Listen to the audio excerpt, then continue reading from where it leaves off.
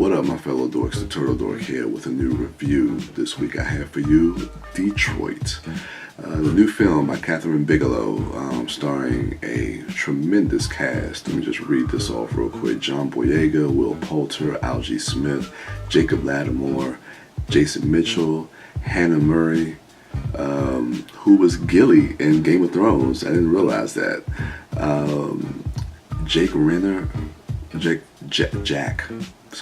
Jack Rayner, which I didn't realize he was in this movie. And John Krasinski was also in this film, which I didn't even realize until the end when I saw his name in the credits. And of course, Anthony Mackie was in this as well, who I thought he was really, really good. So, Detroit. Where to begin with this film? Okay, first let me just say, this was, again, one of my most anticipated movies of the summer. This was a story that hasn't been told on the big screen. Actually, a story I didn't really know nothing about.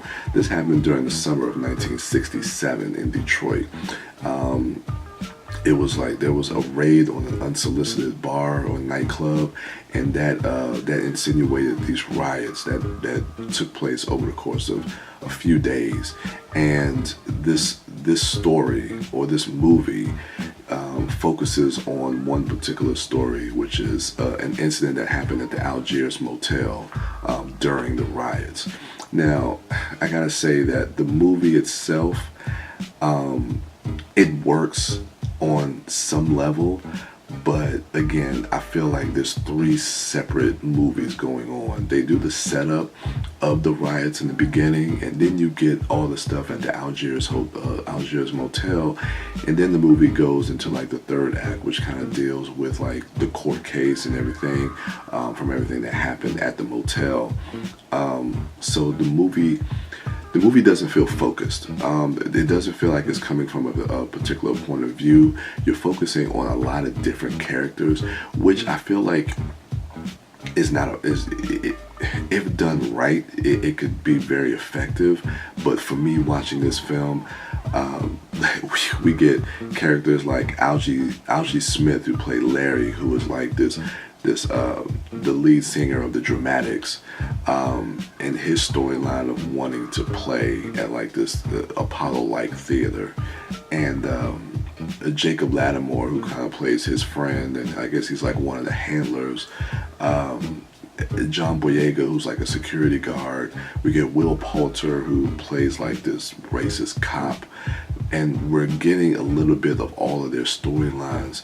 But again, the movie just doesn't feel focused, especially in the beginning. After you get the setup of why the riots start, then we're kind of introduced to all these different characters, and it's cutting back and forth between them. And they're doing setup for a lot, especially with the Will Poulter character.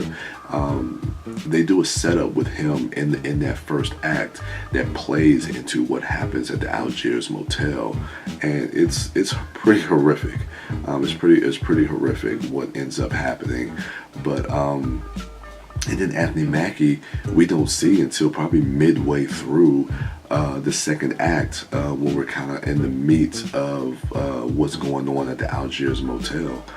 But and I don't know. Like I said, this movie it feels like it kind of angers me to watch this film, and I don't want that to kind of cloud my judgment of the film itself. I want to be able to really give an objective criticism about my thoughts on the film and not the subject matter of this film. Even though I do have issues with the movie, I think as a current events type of movie, as an informative movie, I feel like this movie works on telling a part of our American history that hasn't been told before. But as a narrative film, it doesn't really work that well for me. And then outside of that, just watching a lot of what these cops are doing to these kids, these young black kids in this motel, and what ends up happening. I don't want to give too much away, but it's basically just showing us that nothing has changed in 50 years, and it makes me question the motivation for why this film was made. Because when you think about it, we're in August of 2017, and the events of what happened in Detroit and at the Algiers Motel was like July 25th. It was around the end of July of 1967. So this movie is literally 50 years from when this took place.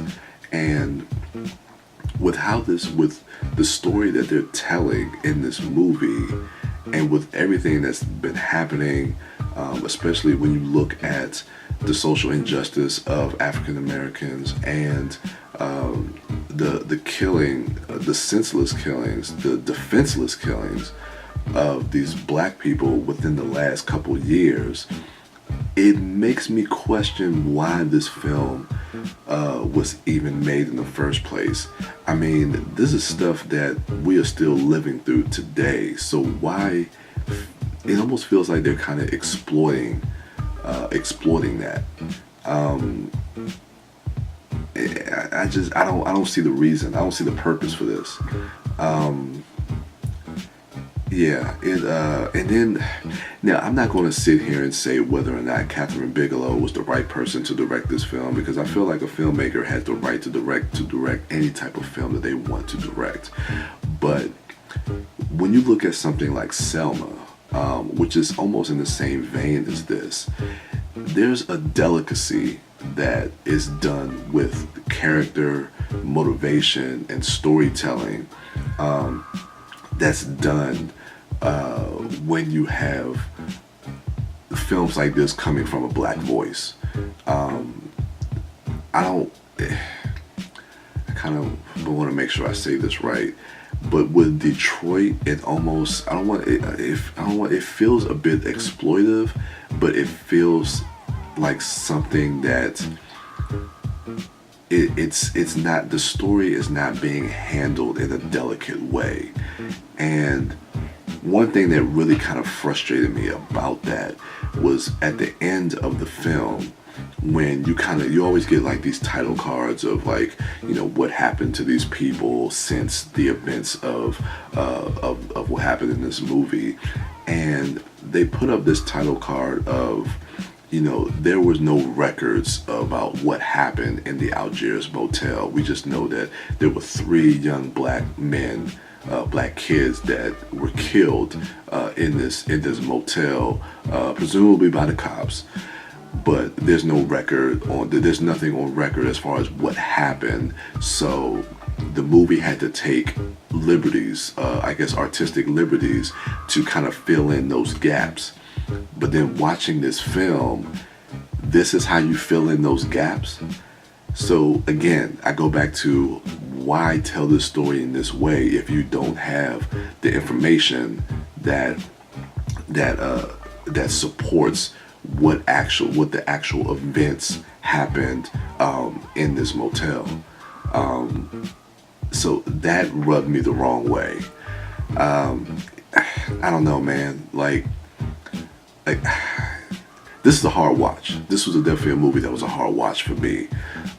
Again, I thought the performances were great, but the film as a film, it works on some levels, but mostly it doesn't work on all complete levels for me.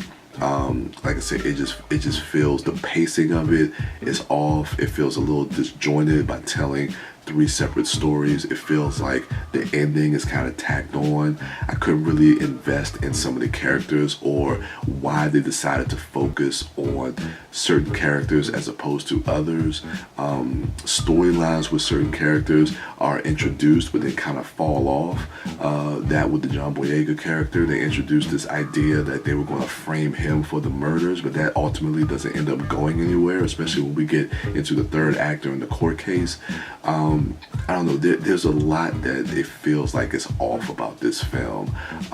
Again, I feel like this is a story that definitely should be told, because this is a part of our American history that hasn't really been, that a lot of us don't really know about.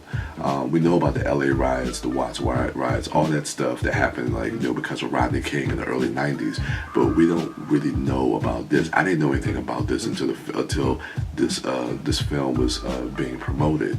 So I feel like there's something there that needs to be told cinematically, but this film, I don't know, I question the motivation behind why this particular story was told at this particular time. A grade, I don't know, I have to give this, man.